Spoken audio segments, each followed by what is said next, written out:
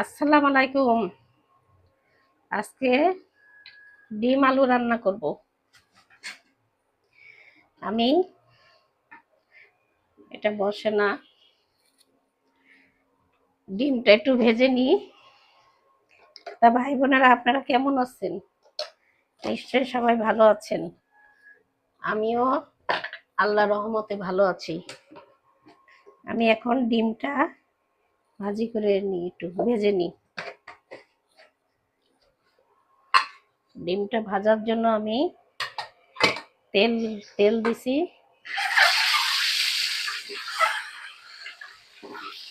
ভালো করে ভেজে নিই ডিমটা।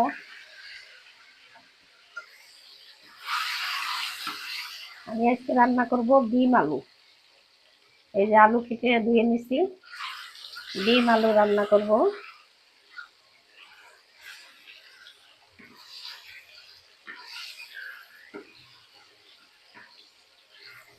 আলু দিয়ে ডিম দিয়ে আলু ডিম ঝোল করব।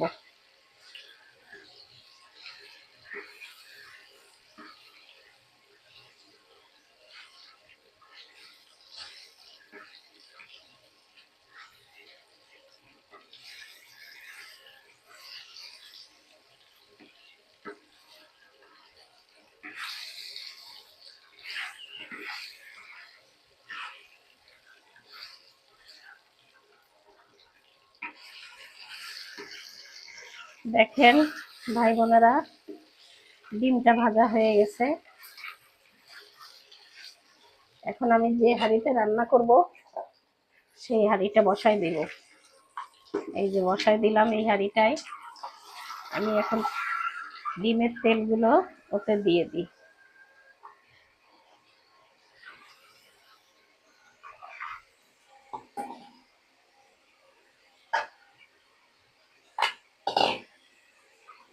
আমি এখন ডিমগুলো এর মধ্যে নামায় রাখি।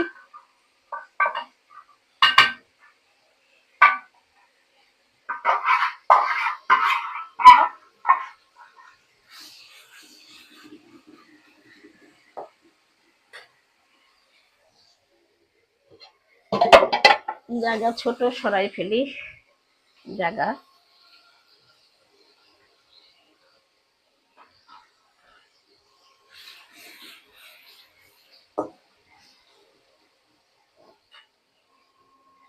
আমি এক এক করে মশলা দিয়ে দিই। দিয়ে দিলাম পরিমাণ মতো লবণ,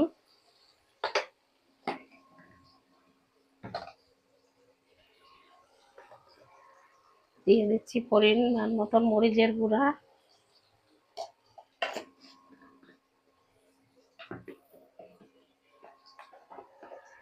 পরিমাণ মতো জিরার গুঁড়া,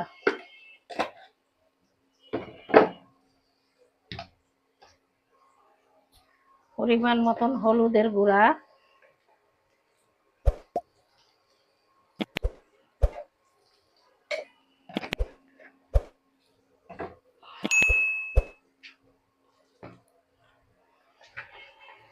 একটু রাঁধুনির মুরগির মশলার গুঁড়া দিয়ে দিলাম।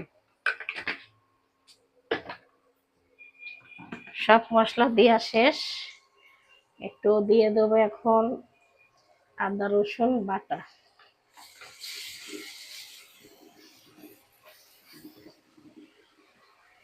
এখন আমি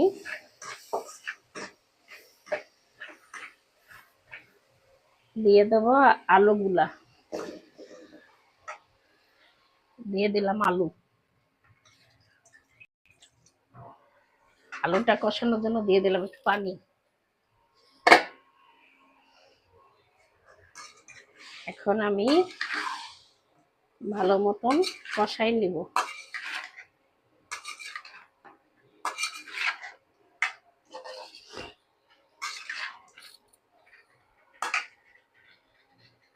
একটা আলু পড়ে গেছে। আমি এখন এই যে ভালো মতন সব কষাই নিই, পরে ঝোলের পানি দেবো।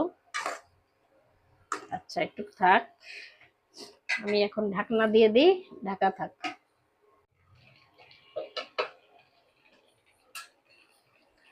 একটু টমেটো দিয়ে দিই।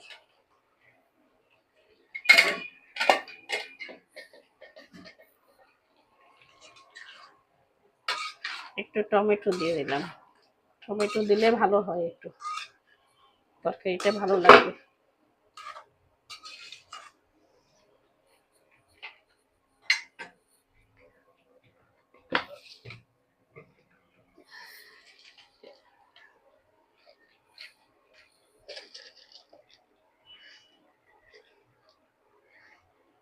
একটু দারচিনি এলাচ দিয়ে দিই, একটা লং দিয়ে দিই।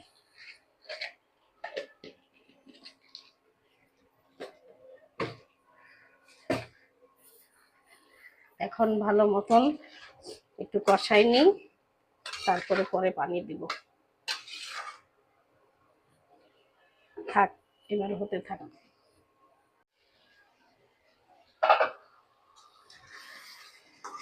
কষানো হয়ে গেছে, আলুটা দেখেন, ওরে বাবা লেগে গেছে।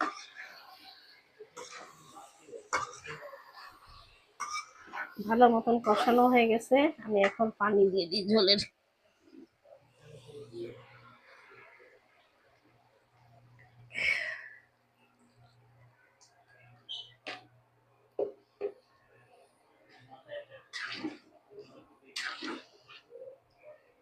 দিয়ে দিলাম ঝোলের পানি, এবার দিয়ে দিলাম ডিমগুলো। এবার আবার ঢাকা দিয়ে দেবো, ঢাকা দেওয়া থাক, হয়ে গেছে, হতে থাক।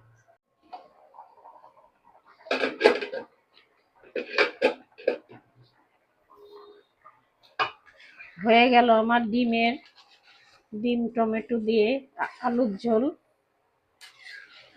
এই যে আলু গলে গেছে, যে একদম গলে গেছে। একটু ঝোল ঝোলই রাখবো, আমি আজকে একটা তরকারি রান্না করছি। ভাই বোনেরা এইভাবে রান্না করে খেয়ে দেখবেন, অসাধারণ লাগবে। আমি একটু ভাতটা চড়াই দিই এবার। ভাতটা চড়াই দিলাম, এই যে হয়ে গেল আমার ডিমের তরকারি।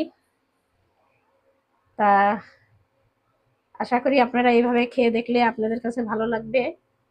তা আমার ডিমের তরকারিটা যদি ভালো লাগে তাহলে লাইক কমেন্ট শেয়ার করবেন, আমার পাশে থাকবেন।